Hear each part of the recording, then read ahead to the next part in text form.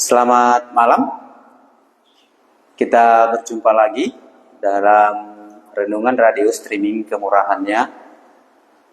Kami menyapa Bapak Ibu Saudari yang terkasih dalam nama Tuhan Yesus Kristus. Malam hari ini kita bisa kembali bersama-sama kembali merenungkan bagian firman Tuhan. Dan sebelum kita membaca dan merenungkan firman Tuhan, mari kita sama-sama berdoa. Kita berdoa. Kami menyembah Engkau, Yesus Allah kami. Engkau Allah yang hidup. Engkau yang telah turun dari sorga, menunjukkan ada kasih Allah kepada kami. Karena Allah yang dari sorga itu mau datang ke dunia, menjelma menjadi manusia. Dan dengan itulah kami bisa melihat Allah kami itu adalah Allah yang mengasihi dunia ini. Sehingga kalau ada orang yang percaya kepada Allah yang hidup itu, Allah yang telah turun dari sorga menjumpai manusia, ia akan mendapatkan hidup yang kekal. Kami bersyukur malam hari ini boleh ada waktu dan kesempatan Tuhan berikan. Kami boleh kembali bersama-sama merenungkan bagian firman-Mu. Kami menyerahkan pembacaan dan renungan kami hari ini. Biarlah Tuhan yang memberikan pengertian bagi tiap kami, supaya boleh kami mengerti firman Tuhan yang bersama-sama hari ini kami renungkan. Terima kasih Tuhan Yesus, inilah doa kami. Amin. Baik, Bapak Ibu Saudara yang dikasihi oleh Tuhan Yesus, malam hari ini kita akan kembali bersama-sama membaca dan merenungkan bagian firman Tuhan. Firman Tuhan yang saya ambil hari ini, saya ambil dari Yohanes ayat pasal 3 ayat 16 sampai 21. Kita melihat di sini dalam bagian ini ada seorang yang datang menjumpai Tuhan Yesus. Dia bernama Nikodemus. Ya, dalam perbincangannya dengan Tuhan Yesus, ada bagian-bagian yang hendak dijelaskan oleh Tuhan Yesus kepada Nikodemus, selaku dia adalah seorang guru agama orang Yahudi. Dan Nikodemus sebagai seorang guru agama orang Yahudi, pasti dia mengetahui hal yang akan diceritakan oleh Tuhan Yesus kepadanya. Dan karena Nikodemus juga datang kepada Tuhan Yesus, karena ada satu alasan yang dipegang oleh Nikodemus, karena tidak ada seorang pun yang bisa melakukan hal-hal yang dilakukan oleh Tuhan Yesus kalau bukan Allah yang menyertai dia. Jadi, kalau kita lihat dalam bagian itu, Tuhan Yesus menjawab apa pertanyaan Nikodemus dari apa yang dipikirkannya dan dari apa yang diketahuinya. Makanya kita bisa lihat di situ bagaimana Allah, bagaimana Tuhan Yesus mengasihi, menunjukkan kasihnya kepada Nikodemus. Karena kalau kita berbicara tentang kasih Allah, berbagai macam pendapat ataupun berbagai macam pikiran yang ada dalam pikiran kita ini mengenai kasih Allah. Baru-baru ini saya ada berbicara ataupun bercakap-cakap dengan seorang ibu yang sudah tua, sudah berumur lah ya.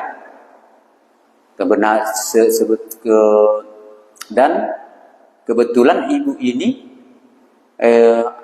lagi berulang tahun.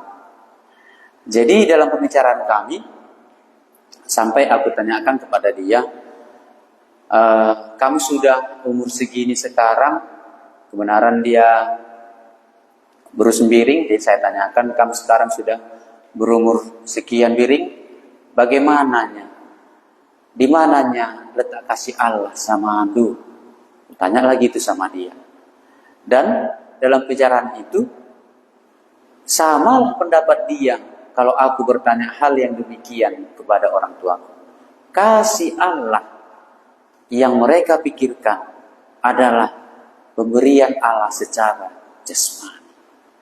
Dia sehat, dia bisa melihat anak-anaknya bahagia, ataupun dia bisa melihat anak-anaknya sudah berumah tangga, sudah memiliki cucu, dan sehat sampai saat ini. Tuhan menyertai aku, ditunjukkannya kasihnya sama aku. Itulah konsep pemikiran kita tentang kasih Allah. Kalau kita berbicara kasih Allah, apakah hal itu yang sudah dilakukan oleh Allah kepada manusia? Kalau hanya untuk membuat kita semua sehat ataupun untuk memberkati kita, Allah tidak perlu datang ke dunia ini untuk menunjukkan kasih. Tapi Allah datang ke dunia ini untuk menunjukkan kasihnya kepada kita. Dengan cara bagaimana? Karena kasih itu harus ada pemberian. Tidak mungkin kita katakan kasih tapi tidak ada pemberian. Makanya Yohanes 1 ayat 9 katakan, lihatlah anak domba Allah yang datang menghapus dosa dunia. Yohanes Pembaptis menyaksikan, lihatlah anak domba Allah yang menghapus dosa dunia. Makanya kasih Allah harus berbicara tentang dua hal. Secara jasmani dan juga secara rohani. Inilah yang mau kita lihat. Kasih Allah secara rohani di dalam hidup kita. Makanya suatu Nikodemus datang bertanya kepada Tuhan Yesus. Tuhan Yesus menjawab Nikodemus dari apa yang diketahuinya dan apa yang sudah dipikirkannya. Makanya kalau kita baca di sini Yohanes 3 ayat 16 sampai 21 dikatakan demikian.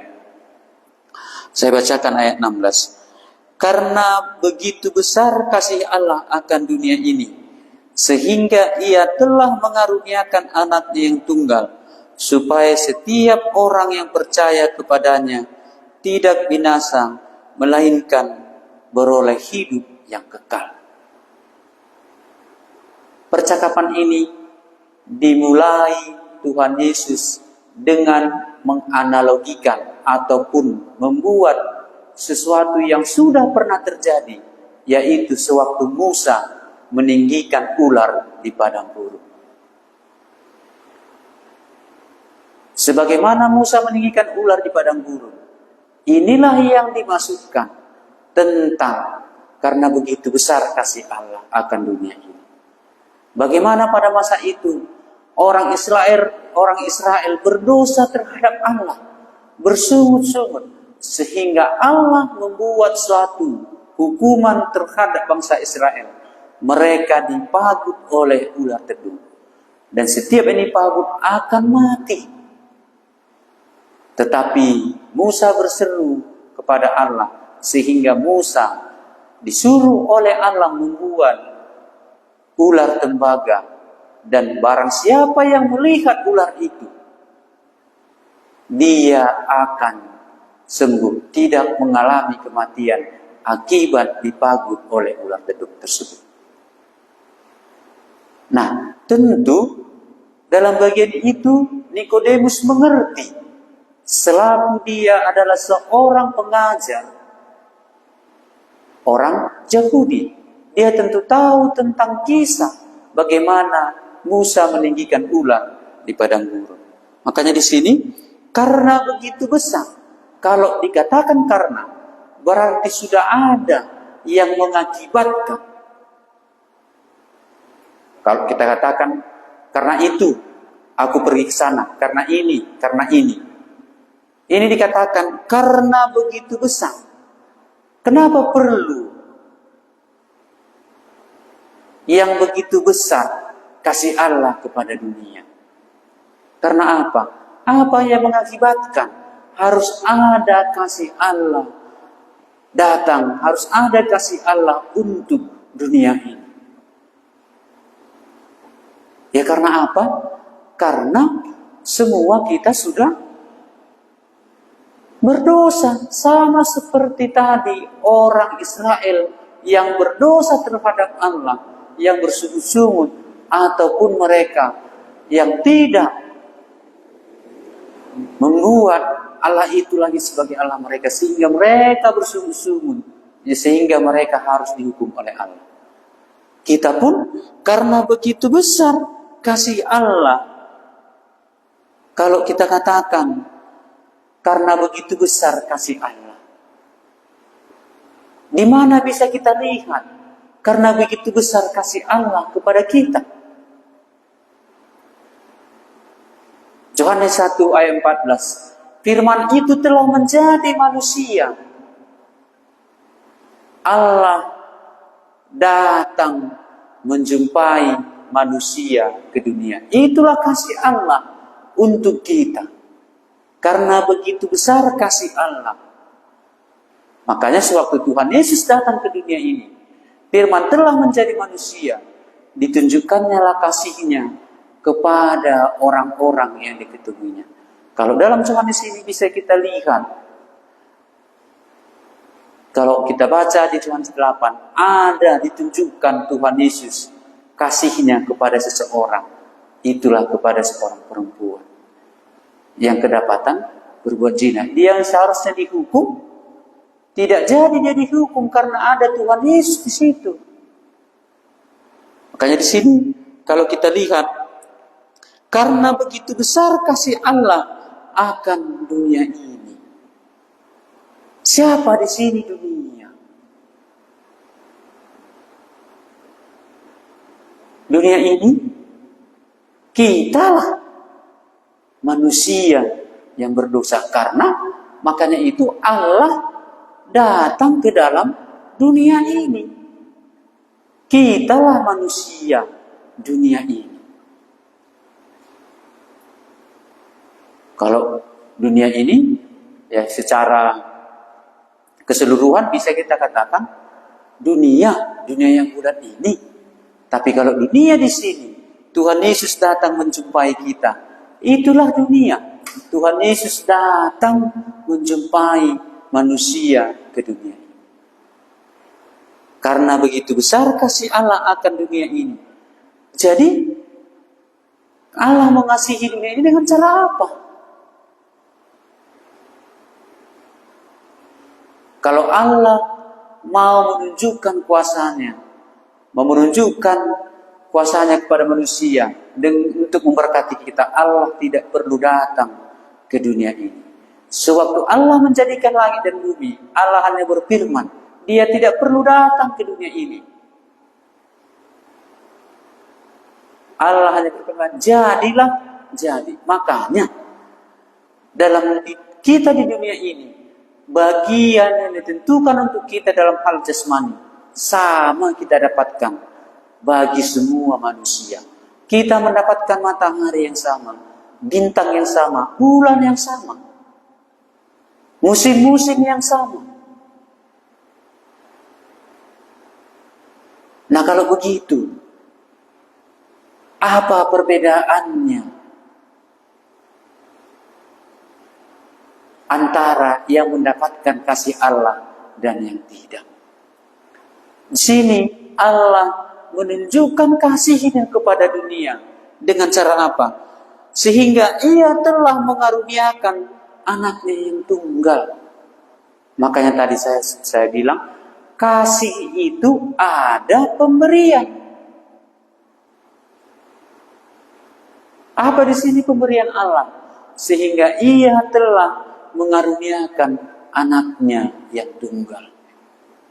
Firman itu telah menjadi manusia. Itulah kasih Allah yang paling besar bagi dunia ini. Apa diberikannya? Anaknya yang tunggal. Anaknya yang tunggal satu-satunya. Firman itu telah menjadi manusia. Allah itu sendiri datang menjelma menjadi manusia. Itulah kasih Allah yang terbesar bagi kita manusia.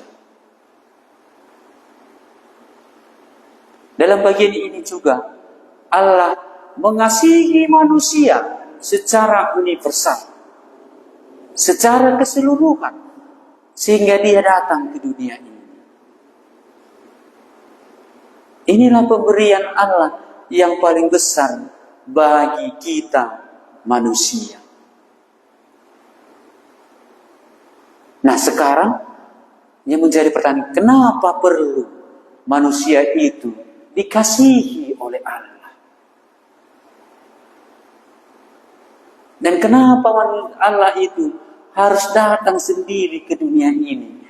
Ini yang diberikan oleh Allah, diberikannya anaknya yang tunggal. Kalau tadi kembali untuk memberkati manusia yang ada di dunia ini, Allah sudah memberikan satu bagian yang menjadi bagian kita secara bersama-sama, semua manusia yang ada di dunia ini. Kita mendapatkan udara yang sama, matahari yang sama, air yang sama, hujan yang sama, musim-musim yang sama, bulan yang sama. Semua sama kita mendapatkan bagian yang telah ditentukan Allah untuk dunia ini, untuk manusia. Nah, ada pemberian Allah yang lebih besar, yang lebih berharga, itulah diberikannya anaknya yang tunggal. Apa tujuannya? Ada tujuan Allah dalam pemberian anaknya yang tunggal itu. Dan apa sebabnya makanya manusia harus dikasihi oleh Allah? Semenjak dunia diciptakan, Allah menjadikan manusia, waktu ditempatkannya di Taman Eden, ada suatu ketetapan yang diberikan oleh Allah kepada manusia. Semua buah dalam taman ini boleh kamu makan buahnya, tapi buah tentang pengetahuan yang ada di tengah pohon, di tengah taman, jangan kamu makan. Tapi manusia yang diciptakan oleh Allah itu melanggar, tidak mentaati, tidak percaya terhadap apa yang dikatakan oleh Allah kepadanya. Oleh karena itu, manusia sewaktu dia memakan buah pohon itu, maka manusia itu mendapatkan hukuman karena dia sudah berdosa dan manusia itu mati. Makanya manusia itu, kita sekarang juga diberikan oleh Allah suatu kebebasan untuk memilih. Makanya di sini pun dalam bagian kasih Allah ini, manusia itu diberikan oleh Allah suatu kebebasan untuk menerima kasih Allah itu ataukah menolaknya. Sehingga nanti akan ada perbedaan antara yang menerima kasih Allah itu dan yang menolaknya. Karena inilah tujuan kasih Allah itu. Kasih Allah itu tujuannya untuk membuat suatu pemisahan bagi dunia. Makanya selanjutnya dikatakan di sini, supaya, tadi karena, sekarang supaya setiap orang yang percaya kepadanya tidak binasa. Disinilah bisa kita lihat tujuan pemberian kasih Allah itu dalam dunia ini. Disinilah bisa kita lihat tujuan utama kasih Allah dalam hidup setiap kita yang diciptakan oleh Allah.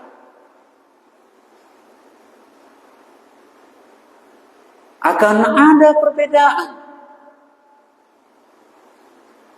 supaya setiap orang yang percaya kepadanya. Di sini dikatakan supaya setiap orang yang percaya. Jadi Allah itu tidak memberikan sesuatu yang harus dipatuhi, tetapi sesuatu yang harus diterima. Karena supaya setiap orang yang percaya. Berarti ada orang yang tidak percaya. Dan disitulah nanti kita manusia ini akan mendapatkan bagian di dalam kasih Allah itu. Kasih Allah itu untuk semua manusia. Tapi dalam hal ini Allah menuntut suatu respon dari manusia itu sendiri. Percaya atau tidak akan apa yang diberikan oleh Allah kepada dunia ini. Firman itu telah menjadi manusia dan diam di antara kita. Dan kita telah melihat kemuliaannya. Dan sekarang, karena begitu besar kasih Allah akan dunia ini, sehingga ia telah mengaruniakan anak yang tunggal. Tujuannya apa? Supaya setiap orang yang percaya kepadanya tidak binasa, melainkan beroleh hidup yang kekal. Dalam hal ini, pada akhirnya nanti akan kita lihat ceritanya. Nikodemus tidak mengerti dia pada saat ini. Dia tidak langsung mengerti apa yang dikatakan oleh Tuhan Yesus kepadanya. Bapak, Ibu, Saudara yang dikasihi oleh Tuhan Yesus, kemungkinan kita pun bisa mengalami hal yang sama. Tetapi harus ada suatu nanti keputusan yang dilakukan oleh Nikodemus sehingga dia mendapatkan hidup yang kekal itu. Kepada kita juga sama. Nikodemus, dia mengerti tentang hal Musa meninggikan ular di padang gurun. Dan Tuhan Yesus memberikan suatu yang berkenan dengan itu, sehingga Tuhan Yesus mengatakan kepada Nikodemus, karena begitu besar kasih Allah akan dunia ini, sehingga ia telah mengaruniakan anak yang tunggal, supaya setiap orang yang percaya kepadanya tidak binasa, melainkan beroleh hidup yang kekal. Nikodemus ada imannya, muncul imannya ketika Tuhan Yesus disalibkan. Disitulah dia percaya, inilah yang dikatakan oleh Allah kepada Musa itu. Berarti kalau aku melihat anak tunggal Allah yang ditinggikan itu, maka aku mendapat hidup yang kekal. Apa yang dikatakan Tuhan Yesus ini menjadi iman pada waktunya kepada Nikodemus. Kita juga mungkin memiliki, bisa kita sama seperti Nikodemus ataupun bisa kita langsung mengerti. Tapi dalam bagian ini kita lihat Nikodemus, dia tidak langsung mengerti apa yang dikatakan Tuhan Yesus, tapi ada waktunya imannya itu menemukan titik yang terang sehingga dia percaya kepada firman yang telah menjadi manusia. Karena begitu besar kasih Allah akan dunia ini, sehingga ia telah mengaruniakan anak yang tunggal, supaya setiap orang yang percaya kepadanya. Nikodemus percaya kepada Tuhan Yesus, sehingga Nikodemus tidak mendapatkan hukuman, melainkan dia mendapatkan hidup yang kekal. Kita teruskan ayat 17. Sebab Allah mengutus anaknya ke dalam dunia bukan untuk menghakimi dunia, melainkan untuk menyelamatkannya oleh dia.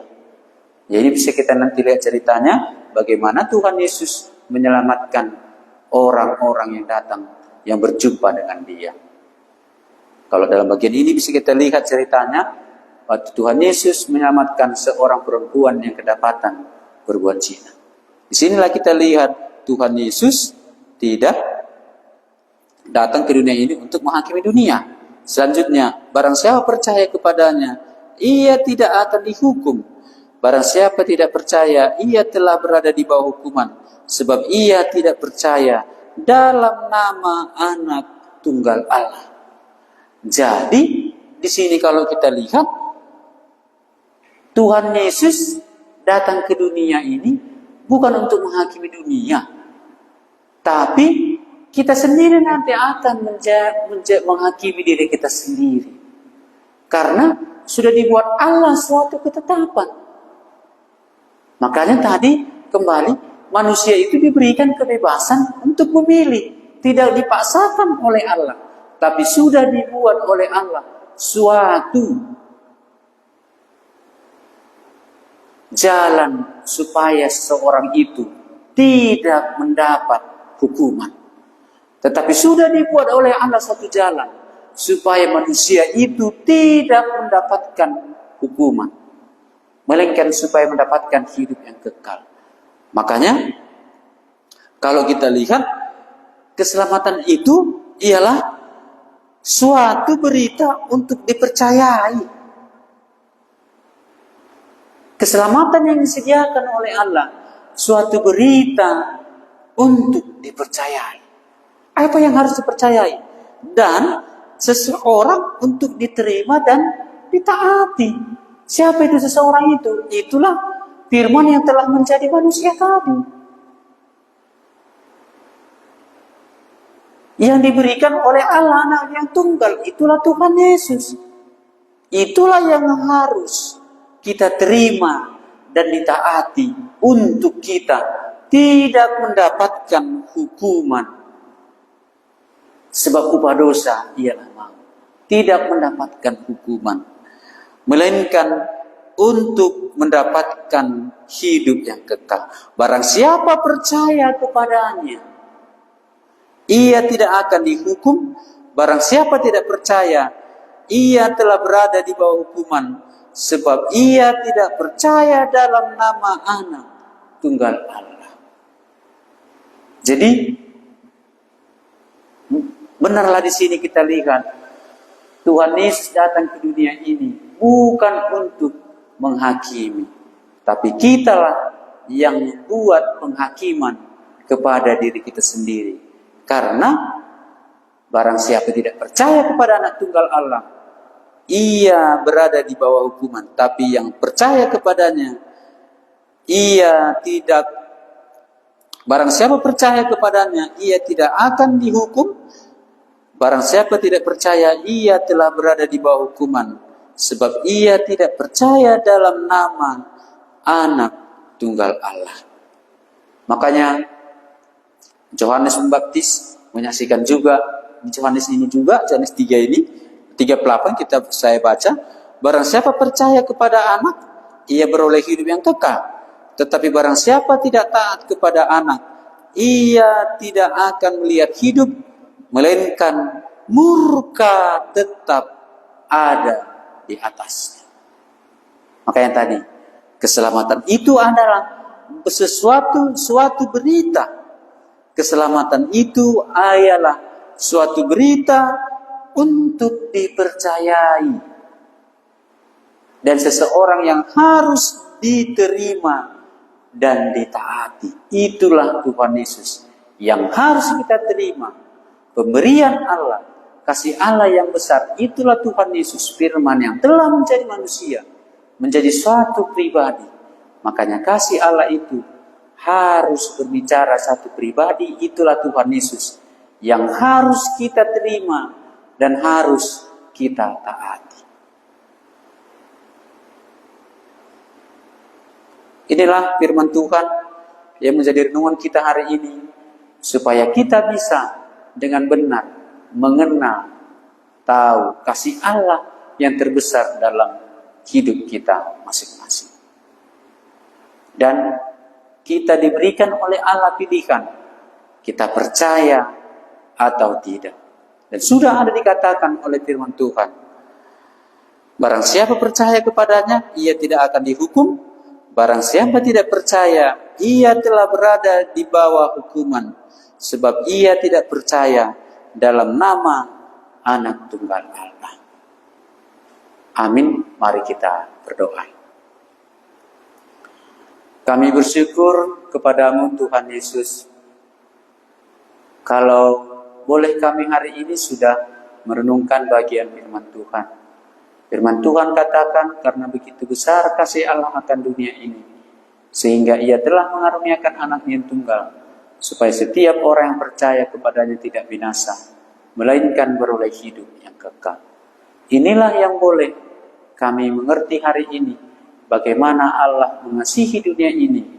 Tuhan mengaruniakan Anaknya yang tunggal, supaya setiap orang yang percaya kepadanya tidak binasa. Firman itu telah menjadi manusia. Itulah kasih Allah yang terbesar dalam hidup kami. Terima kasih untuk firman-Mu yang sudah kami baca hari ini dan renungkan. Roh Kuduslah yang membuat supaya firman Tuhan ini bisa tetap ada dalam hati kami masing-masing dan boleh kami memegangnya dalam hidup kami. Terpujilah nama-Mu. Dalam nama Tuhan Yesus kami berdoa dan mengucap syukur. Amin. Terima kasih Bapak Ibu Saudara sekalian.